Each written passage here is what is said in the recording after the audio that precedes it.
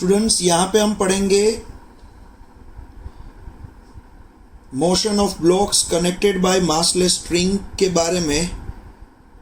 क्या कंडीशन होती है, उसका फ्री बॉडी डायग्राम कैसे ड्रॉ होता है, उसका इक्वेशन आप कैसे बनाओगे, तो उस पर एक्सटर्नल फोर्स लगने से कितना एक्सेलरेशन प्रोड्यूस होता है, ये सभी चीज़ के बारे में हम यहाँ पे पढ़ेंगे।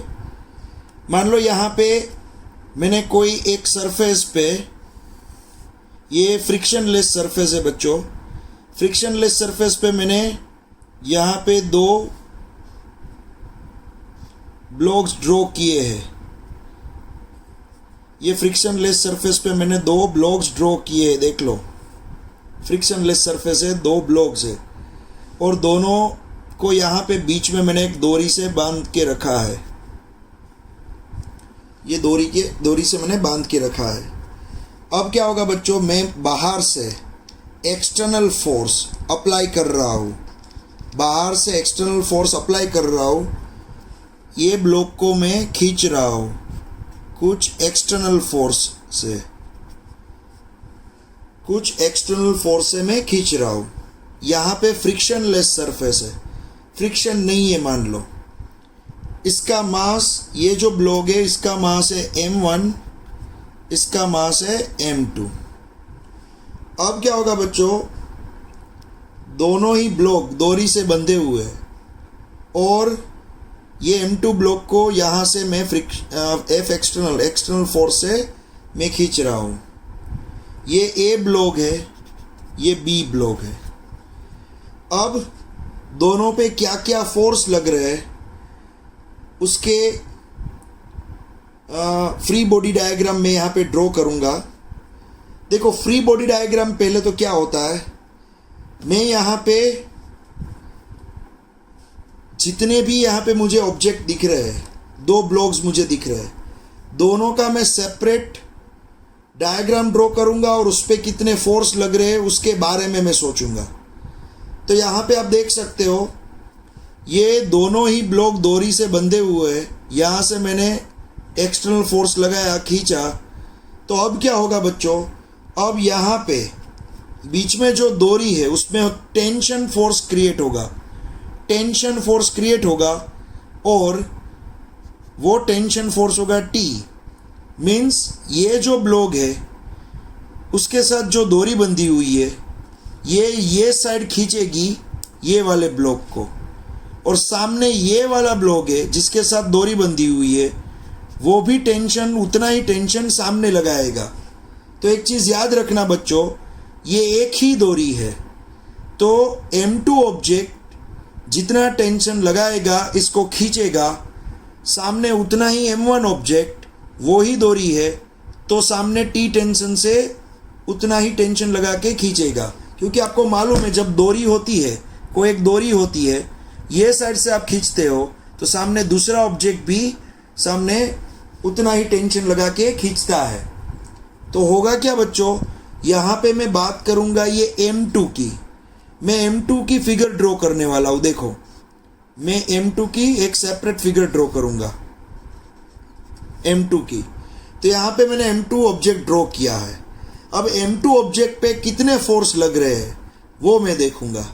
तो m2 ऑब्जेक्ट पे आप देखोगे तो यहाँ पे ये m2 ऑब्जेक्ट, ये ज़मीन पे पड़ा हुआ है, ये m2 ऑब्जेक्ट पे नीचे की साइड लगेगा m2g वेट फोर्स, और ऊपर लगेगा नॉर्मल फोर्स n2। वो दोनों तो इक्वल हो गए, नीचे वाला m2g और ऊपर वाला नॉर्मल फोर्स, वो दोनों तो इक्वल हो गए। तो n2 इक्वल्स टू m2g, ये दोनों फोर्स इक्वेट करेंगे एक दूसरे को, क्योंकि ये ऑब्जेक्ट ना तो ऊपर जा रहा है, ये ऑब्जेक्ट ना तो नीचे जा रहा है, तो ये ऑब्जेक्ट बीच में ही है। मीन्स ये दोनों फोर्स इक्वल है। अब बात होगी, ये ऑब्जेक्ट m2 पे ये साइड कौन सा फोर्स लग रहा है, एक्सटर्नल फोर्स लग रहा है, और डोरी इस पे लगा रही है ये साइड टेंशन फोर्स T, डोरी इस पे लगा रही है टेंशन फोर्स T, आप देख सकते हैं ऊपर। तो ये जो ऑब्जेक्ट है external force right hand side और tension force left hand side, आप देख सकते हो।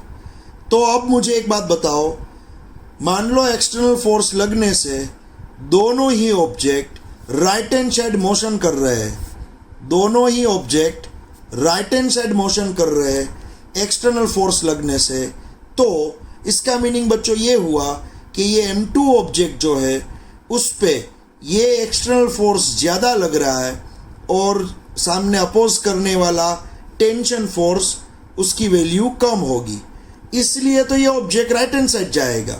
ये ऑब्जेक्ट राइट हैंड साइड कब जाएगा? जब उस पे लगने वाला एक्सटर्नल फोर्स ज़्यादा हो और लेफ्ट हैंड साइड लगने वाला टेंशन फोर्स कम हो, तभी तो ये ऑब्जेक्ट राइट हैंड साइड जाएगा। सिंपल सी बात है। तो यहाँ पे आप फॉर्मूला बना सकते हो, एक्सटर्नल फोर्स माइनस, ये राइट हैंड साइड जा रहा है, एक्सटर्नल फोर्स माइनस और उसका अपोज कर रहा है टेंशन फोर्स, तो राइट हैंड साइड वाला फोर्स ज़्यादा है माइनस उसका अपोज करने वाला टेंशन फोर्स कम है, तो ज़्यादा फोर्स में से मैंने कम फोर्स यहाँ पे जो अपोज कर रहा है उसको माइनस किया, तो फोर्स माइनस फोर्स क्या हुआ? एक्सटर्नल फोर्स में से टेंशन फोर्स माइनस हुआ। फोर्स माइनस फोर्स, आप ऑलवेज इस तरह का इक्वेशन देखोगे उसमें लिखना है आपको MA। क्या लिखना है? MA, क्योंकि MA भी क्या है? फोर्स है। तो फोर्स माइनस फोर्स, आंसर क्या मिलता है? फोर्स। 10 न्यूटन माइनस 6 न्यूटन, तो आपको आंसर मिलेगा 4 न्यूटन। मीन्स फोर्स में से फोर्स माइनस करोगे तो आंसर फोर्स ही मिलेगा।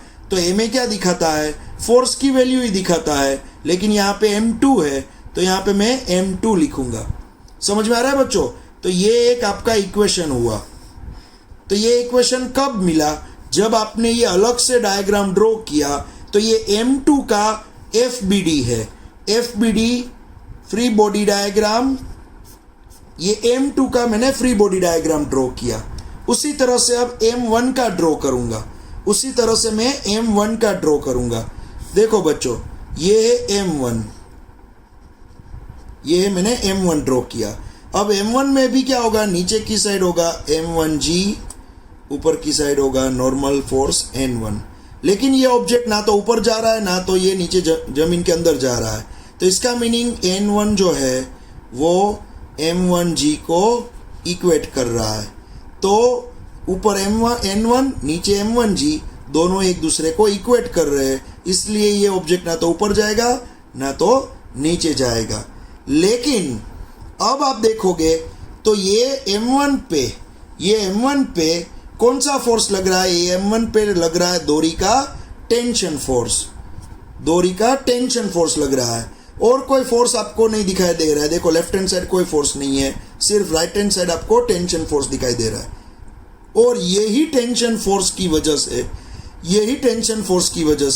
ये M1 ऑब्जेक्ट जाएगा राइट हैंड साइड, यही टेंशन फोर्स की वजह से ये M1 ऑब्जेक्ट जाएगा राइट हैंड साइड। मीन्स ये दोनों ही ऑब्जेक्ट जाएंगे राइट हैंड साइड, तो यहाँ M1 भी जाएगा राइट हैंड साइड। तो टेंशन फोर्स की वजह से ही ये ऑब्जेक्ट मोशन करने लगा, ये ऑब्जेक्ट राइट हैंड साइड जाने लगा। तो ये ऑब्जेक्ट जो राइट हैंड साइड जाने लगा तो इस पे फोर्स लग रहा है, उसको आप बोलोगे MA। क्या बोलोगे? MA, क्योंकि ये ऑब्जेक्ट A एक्सेलरेशन से, ये M1 ऑब्जेक्ट जो है M1 मास वाला ऑब्जेक्ट वो A एक्सेलरेशन से राइट हैंड साइड खिसकने लगा। तो यहाँ पे मैं लिखूंगा M1 इंटू A, क्योंकि आपको मालूम है MA मीन्स फोर्स। तो यहाँ पे आपको इक्वेशन मिला T इक्वल्स टू M1A। तो यहाँ पे ये ऑब्जेक्ट का फ्री बॉडी डायग्राम ड्रॉ किया, उसका इक्वेशन मिला। ये ऑब्जेक्ट का भी फ्री बॉडी डायग्राम ड्रॉ किया, उसका इक्वेशन मिला। समझ में आ रहा है बच्चों? तो यहाँ पे आप देखोगे तो अगर आपको एक्सेलरेशन का इक्वेशन चाहिए, किसका इक्वेशन चाहिए? एक्सेलरेशन का इक्वेशन चाहिए। तो नेट एक्सेलरेशन कैसे मिलेगा? बहुत ही सिंपल है। नेट एक्सेलरेशन इक्वल्स टू जो आपने यहाँ पे फोर्स अप्लाई किया है, कौन सा फोर्स अप्लाई किया है? F force, external force. तो net acceleration equals to external force upon, यहाँ पे नेट फोर्स क्या है? ये एक्सटर्नल फोर्स है, वही नेट फोर्स है। तो net acceleration equals to net force upon total mass. Total mass क्या होगा, m1 और m2 का टोटल, तो ये हो जाएगा नेट एक्सेलरेशन। समझ में आ रहा है। और टेंशन फोर्स चाहिए, अगर टेंशन फोर्स, तो आप एक काम करोगे, ये ए की जो वैल्यू है वो ए की वैल्यू आप यहाँ पे रख दोगे, ए का जो फॉर्मूला है उसकी वैल्यू आप यहाँ पे रख दोगे, तो आपको टेंशन का फॉर्मूला भी मिल जाएगा, m1 F external divide by m1 plus m2। ये बीच में जो डोरी पे टेंशन लग रहा है उसका फॉर्मूला भी आपको मिल गया। समझ में आ रहा है बच्चों। तो एक्सीलरेशन का फॉर्मूला भी है आपके पास। एक्सीलरेशन का फॉर्मूला कैसे मिलेगा, बहुत इजी है, नेट फोर्स अपॉन टोटल मास। तो नेट फोर्स क्या है जो आप अप्लाई कर रहे हो वो, और टोटल मास क्या है यहाँ पे m1 प्लस m2, और ये एक्सीलरेशन का फॉर्मूला आप यहाँ पे रख दोगे तो आपको डोरी पे लगने वाला टेंशन भी मिल जाएगा। बहुत ही सिंपल है। देखो एक काम करो, यहाँ पे मैंने 2 ब्लॉक्स को डोरी से बांधा था, और डोरी से बांधने के बाद मैंने यहाँ से एक्सटर्नल फोर्स लगाया, दोनों ही ऑब्जेक्ट राइट हैंड साइड जा रहे हैं, तो ये मैंने दोनों का फ्री बॉडी डायग्राम ड्रॉ किया, दोनों के इक्वेशन मिले, और नेट एक्सीलरेशन और टेंशन फोर्स वो भी मुझे मिल गया। अब एक एग्जांपल आप करो, अपने आप ट्राई करो। मैं यहाँ पे एक एग्जांपल, एक वैल्यू देता हूँ, ये ही फिगर आपको देखनी है। यहाँ पे फ्रिक्शन फोर्स नहीं है, याद रखना, ये जो मैंने केस यहाँ पे लिया है उसमें फ्रिक्शन फोर्स नहीं है। चलो ये एग्जांपल आप कैलकुलेट करो और उसका आंसर लाने की ट्राई करो। यही फिगर है जिसमें m1 मास 2 किलोग्राम है, m2 मास 4 किलोग्राम है। एक्सटर्नल फोर्स जो है वो एक्सटर्नल फोर्स है यहाँ पे 60 न्यूटन। एक्सटर्नल फोर्स क्या है, 60 न्यूटन। तो यहाँ पे आपको नेट एक्सीलरेशन ढूंढना है, और आपको डोरी में लगने वाला टेंशन फोर्स भी ढूंढना है। ओके, ये दोनों ही आपको ढूंढने हैं, net acceleration and tension force दोनों ही आपको ढूंढने हैं। आप ट्राई करो, फिगर यही रहेगी। आपको क्या आंसर मिल रहा है आप ट्राई करो। चलो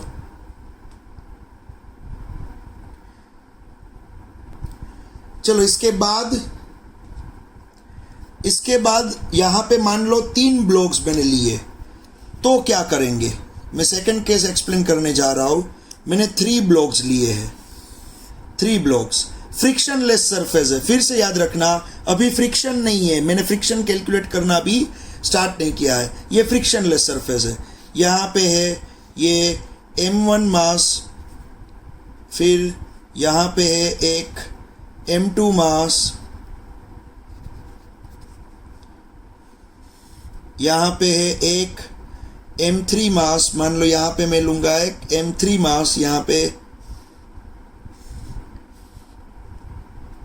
ये m3 मास। तीनों ब्लॉक है। यहाँ पे एक डोरी से मैंने बांध दिया है, यहाँ पे एक दूसरी डोरी रख दी है, वहाँ से इसको बांध दिया है।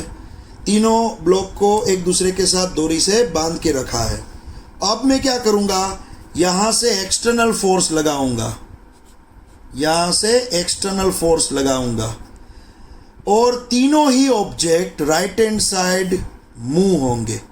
तीनों ही object right hand side move होंगे, क्योंकि मैं यहाँ पे जो एक्सटर्नल फोर्स लगा रहा हूँ वो ज़्यादा है, और उसके हिसाब से ये तीनों ही राइट हैंड साइड मूव हो रहे हैं। देखो अब यहाँ पे तीनों ही ब्लॉक के फ्री बॉडी डायग्राम्स में यहाँ पे ड्रॉ करूँगा, तीनों के फ्री बॉडी डायग्राम्स में यहाँ पे ड्रॉ करूँगा और इक्वेशन डिराइव करूँगा। पहले एक बात बता दूँ, यहाँ पे m1 और m2 ऑब्जेक्ट के बीच में जो डोरी है उसमें टेंशन फोर्स यहाँ पे लगेगा T1, और ये साइड ये डोरी लगाएगी T1। आपको मैंने पहले ही बताया ये एक डोरी है, ये ही एक ही डोरी पे m2 ऑब्जेक्ट T1 से खींचेगा, उतने ही T1 से ये m1 ऑब्जेक्ट खींचेगा। तो m2 और m1 ये डोरी पे दोनों आमने सामने ऑलवेज सेम टेंशन ही लगाएंगे। उसी तरह से m2 और m3 के बीच में ये डोरी है, तो m3 T2 टेंशन से खींचेगा सेम उतने ही टेंशन से ये M2 खींचेगा। तो M3 और M2 दोनों ही आमने सामने सेम टेंशन से खींचते हैं। समझ में आ रहा है? जितना एक्शन अप्लाई हुआ उतना ही सामने रिएक्शन मिलता है। तो ये डोरी पे M3 T2 टेंशन से खींचता है, तो ये M2 सेम उतने ही T2 टेंशन से खींचेगा। तो ये डोरी पे एक्शन और रिएक्शन सेम हो गए। समझ में आ रहा है? और ये डोरी अलग हो गई। देखो ये M1 M2 के बीच की है, तो यहाँ पे T1 टेंशन होगा ये साइड, तो सामने ये साइड T1 टेंशन होगा। तो ये डोरी पे T1 टेंशन है, ये दूसरी डोरी है जिस पे T2 टेंशन है। समझ में आ रहा है? ये टेंशन ज़्यादा होगा, ये आप समझ सकते हो क्यों ज़्यादा होगा, क्योंकि M3 के बाद में जो जो डोरी है, ये डोरी को पीछे वाले दोनों ऑब्जेक्ट को खींचने हैं। तो ये T2 टेंशन ज़्यादा होगा और ये T1 कम होगा। क्यों? क्योंकि M2 के बाद ये जो डोरी है उसको पीछे सिर्फ एक ही ऑब्जेक्ट को खींचना है। तो ये डोरी पे टेंशन कम होगा, ये डोरी पे टेंशन थोड़ा ज़्यादा होगा, क्योंकि ये डोरी को पीछे दोनों चीज़ को खींचना है और ये डोरी को पीछे सिर्फ एक चीज़ को खींचना है। मान लो ये बड़ी सी एक बस है, बस खींच रही है एक बड़ी सी कार को, और ये इसके पीछे डोरी से जुड़ी हुई है एक छोटी सी कार। तो ये बस को तो ये बड़ी कार और ये छोटी कार दोनों को खींचना है, तो ये डोरी पे टेंशन ज़्यादा होगा।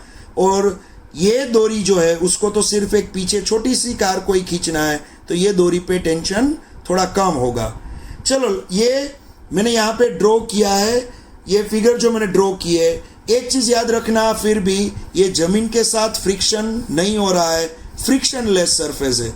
यहाँ कहीं भी मैं फ्रिक्शन फोर्स के बारे में नहीं बताऊंगा। चलो अब मैं फ्री बॉडी डायग्राम ड्रॉ करने जा रहा हूँ। देखो यहाँ पे ये M3 ऑब्जेक्ट जो है, M3 ऑब्जेक्ट, उसके बारे में मैं बताऊंगा। ये M3 ऑब्जेक्ट जो है वो ये जो ज़मीन पे पड़ा हुआ है उस पे नीचे की साइड लगेगा M3G वेट फोर्स और ऊपर की साइड लगेगा नॉर्मल फोर्स। तो ये दोनों तो क्या है, इक्वल हो गए।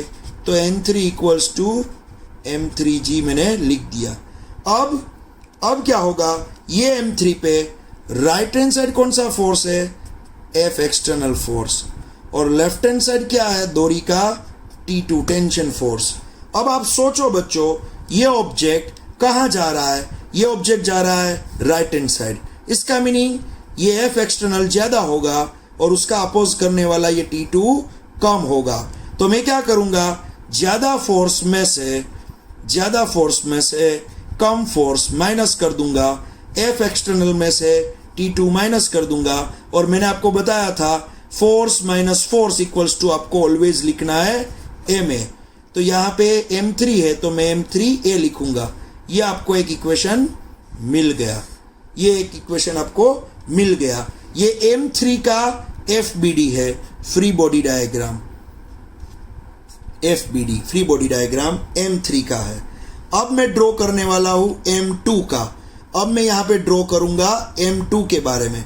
तो देखो ये M2 ऑब्जेक्ट भी ज़मीन पे पड़ा हुआ है, ये M2 ऑब्जेक्ट भी यहाँ पे ज़मीन पे पड़ा हुआ है, जिस पे नीचे की साइड लगेगा फोर्स M2G और ऊपर की साइड लगेगा फोर्स नॉर्मल N2। समझ में आ रहा है? तो नीचे का M2G, ऊपर वाला नॉर्मल N2, ये N2 इक्वल्स टू M2G हो जाएगा। ये N2 और M2G दोनों इक्वल हो गए, क्योंकि ये ऑब्जेक्ट ना तो नीचे जा रहा है ना तो ये ऑब्जेक्ट ऊपर जा रहा है। समझ में आ रहा है? लेकिन अब ये M2 पे ये साइड वाली डोरी T2 टेंशन लगा रही है और ये साइड वाली डोरी T1 टेंशन लगा रही है। लेकिन ये ऑब्जेक्ट कहाँ पे जा रहा है, ये ऑब्जेक्ट राइट हैंड साइड जा रहा है। इसका मीनिंग T2 टेंशन ज़्यादा होगा, T1 टेंशन कम होगा। तो tension force minus tension force equals to आपको मिलेगा MA। ये M2 है तो मैं लिखूंगा M2 है। तो ये आपको मिल गया सेकेंड ऑब्जेक्ट का फ्री बॉडी डायग्राम और उसका इक्वेशन। फिर मैं ड्रॉ करूंगा यहाँ पे फर्स्ट ऑब्जेक्ट का डायग्राम।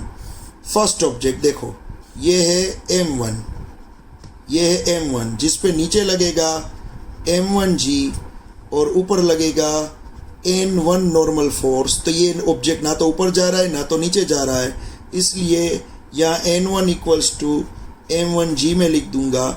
लेकिन ये ऑब्जेक्ट पे एक फोर्स लग रहा है राइट हैंड साइड, ये ऑब्जेक्ट पे एक फोर्स लग रहा है राइट हैंड साइड, और वो कौन सा है? डोरी का टेंशन फोर्स।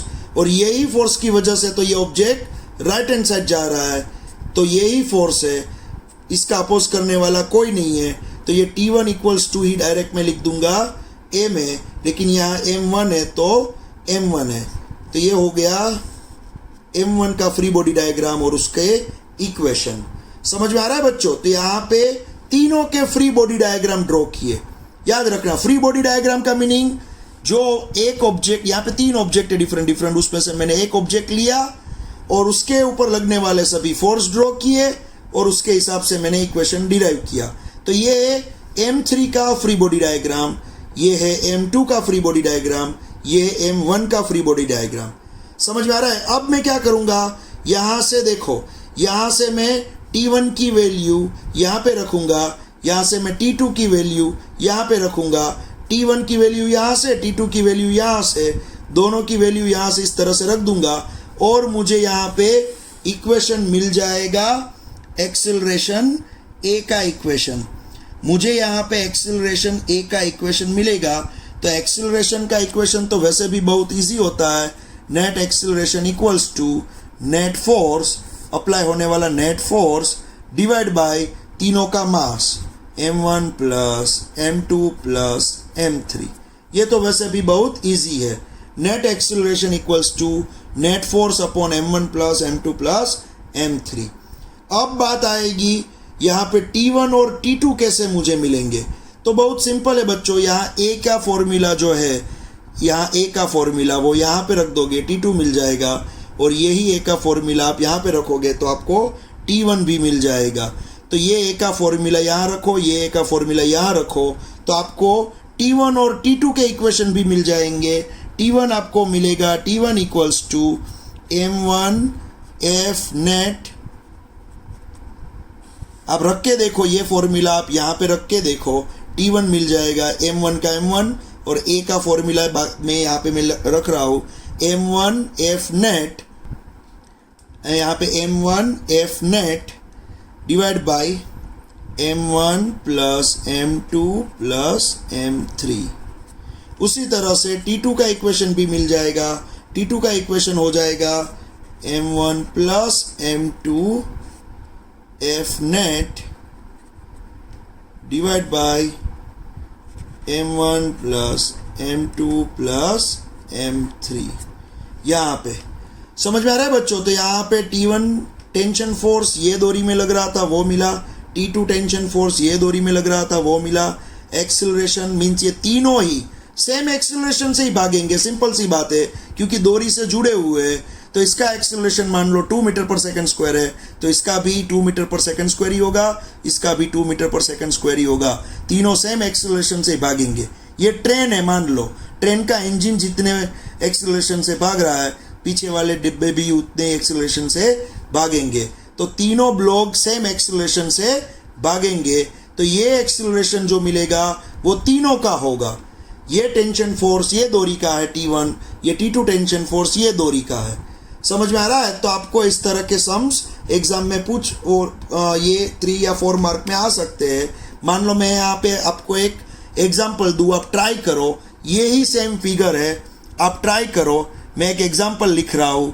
M1 मास है 2 किलोग्राम, M2 मास है 4 किलोग्राम, M3 मास है 6 किलोग्राम, और एक्सटर्नल फोर्स मैंने लगाया है यहाँ पे 120 न्यूटन। मैंने एक्सटर्नल फोर्स लगाया है 120 न्यूटन। तो आपको ढूंढना है नेट एक्सेलरेशन, मीन्स तीनों का एक्सेलरेशन ढूंढना है। फिर आपको T1 डोरी पे टेंशन भी ढूंढना है और T2 टेंशन फोर्स भी आपको ढूंढना है। समझ में आ रहा है? एक्सेलरेशन ढूंढना है, T1 ढूंढना है और T2 भी आपको ढूंढना है यहाँ पे। तो आप ये ट्राई करो, ये एग्जाम्पल ट्राई करो, फिगर ये ही रहेगी। ये एग्जाम्पल आप ट्राई करो बच्चों। अब मैं थर्ड केस जो ले रहा हूँ यहाँ पे, वहाँ पे मैं फ्रिक्शन अब कैलकुलेट करूँगा। अब फ्रिक्शन में कैलकुलेट करूंगा। अब फ्रिक्शन लेस सरफेस नहीं है, यहाँ पे फ्रिक्शन होगा। अब देखो यहाँ पे फ्रिक्शन होगा। ये है m1 मास वाला ऑब्जेक्ट, यहाँ पे है m2 मास वाला ऑब्जेक्ट, और यहाँ पे मैं लूँगा m3 मास वाला ऑब्जेक्ट। अब यहाँ पे फ्रिक्शन में गिनूंगा। देखो ये डोरी से बांध के रखा है मैंने, यहाँ भी डोरी से बांध के रखा है मैंने। ओके, अब एक्सटर्नल फोर्स लगेगा ये साइड लगेगा एक्सटर्नल फोर्स लगेगा यहाँ पे ये साइड। फिर यहाँ पे डोरी का T1 टेंशन, यहाँ भी सामने लगेगा T1 टेंशन, यहाँ पे डोरी का T2 टेंशन, यहाँ भी सामने लगेगा T2 टेंशन। आमने सामने सेम टेंशन लगता है डोरी पे, आपको मालूम है। तो ये एक्सटर्नल फोर्स, ये टेंशन T2 ये डोरी पे, यहाँ पे T1। अब फ्रिक्शन लग रहा है, अब यहाँ पे फ्रिक्शन लगेगा। तो होगा क्या बच्चों, देखो ये जो ऑब्जेक्ट है वो जमीन के साथ यहाँ फ्रिक्शन कर रहा है, तो ये ऑब्जेक्ट पे काइनेटिक फ्रिक्शन फोर्स लगेगा।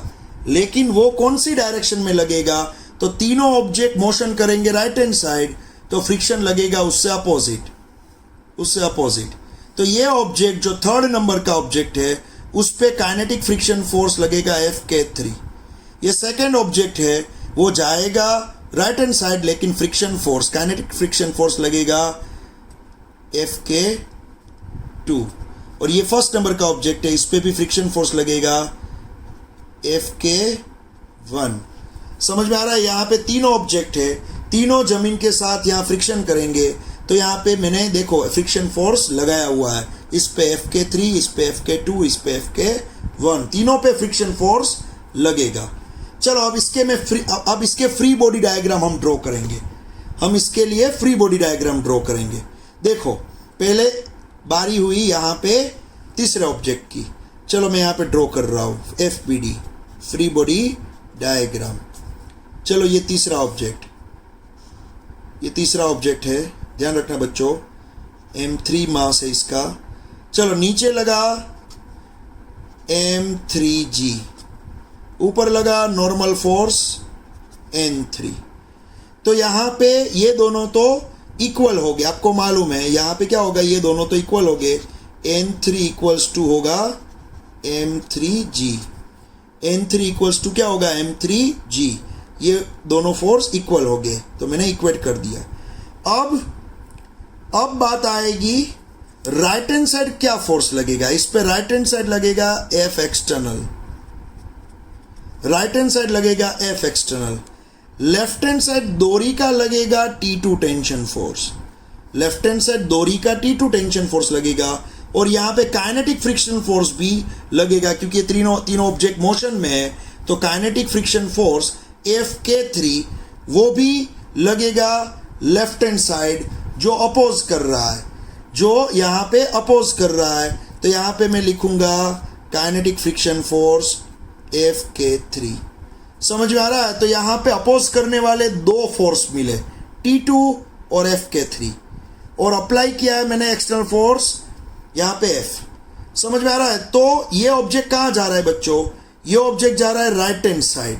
इसका मीनिंग ये फोर्स ज़्यादा होगा और उसका अपोज करने वाले दोनों ही कम होंगे।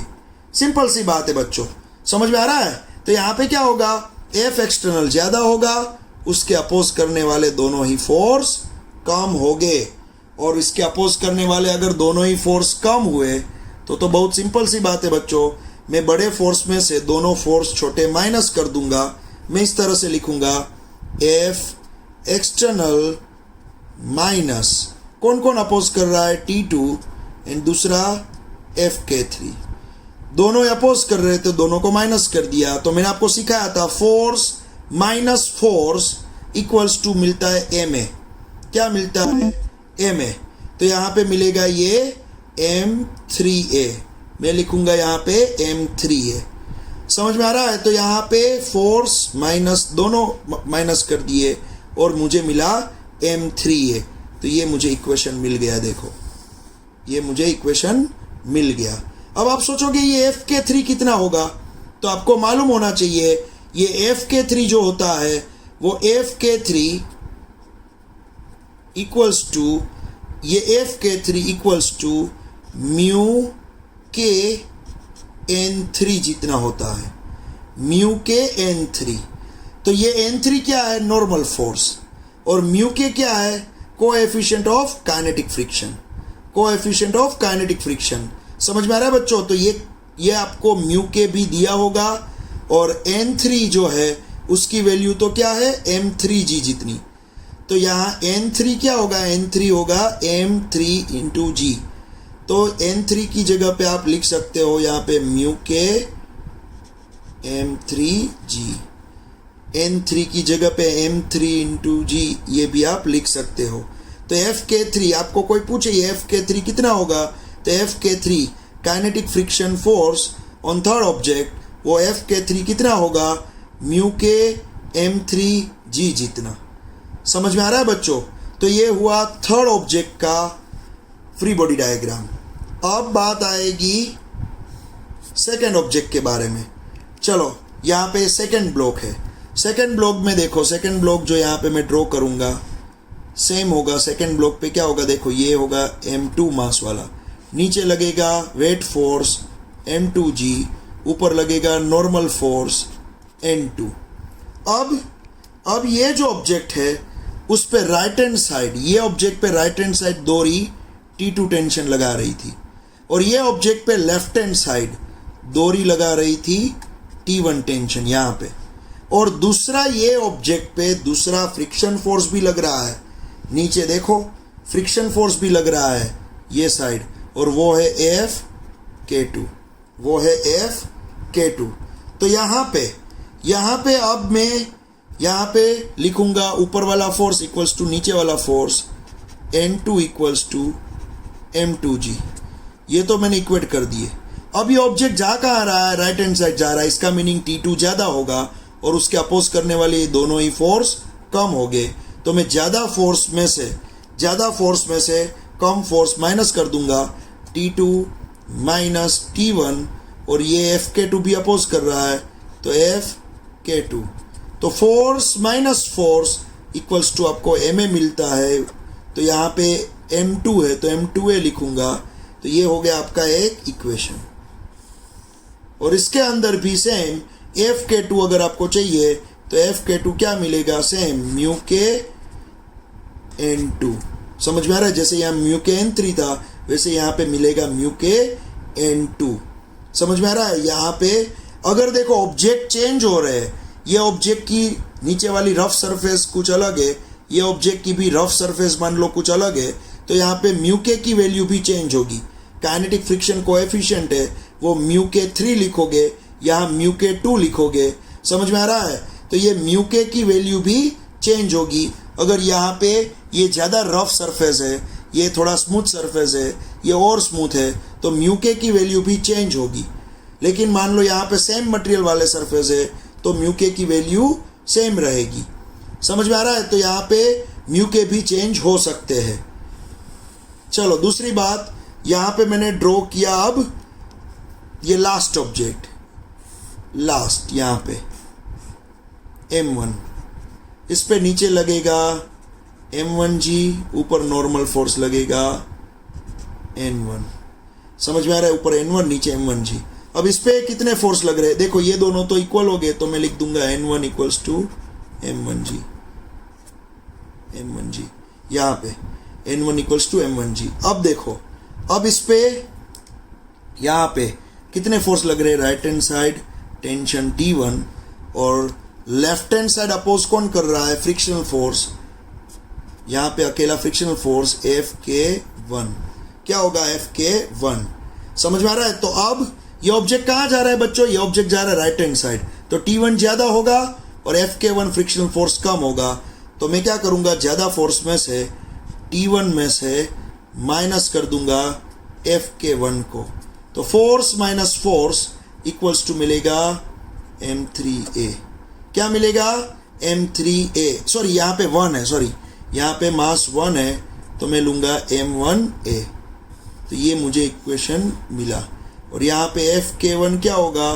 म्यू के n1, जैसे यहाँ म्यू के n2 था, यहाँ म्यू के n3 था, जैसे यहाँ म्यू के n1।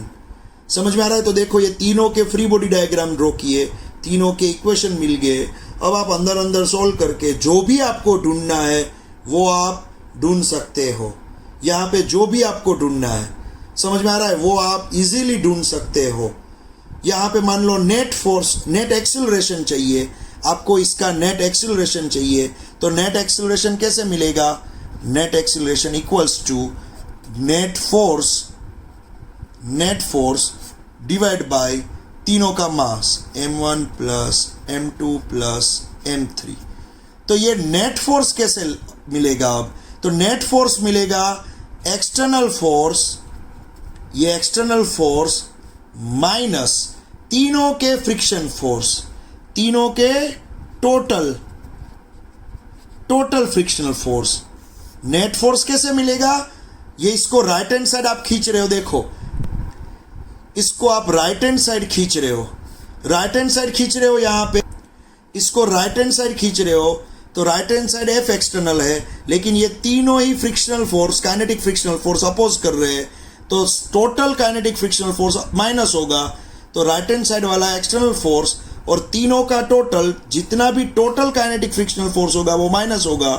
तो मान लो ये है एक्सटर्नल फोर्स 100 न्यूटन और तीनों का काइनेटिक फ्रिक्शनल फोर्स है मान लो 50 न्यूटन, तो 100 में से 50 माइनस होगा, तो नेट फोर्स मिलेगा 100 माइनस 50 मीन्स 50।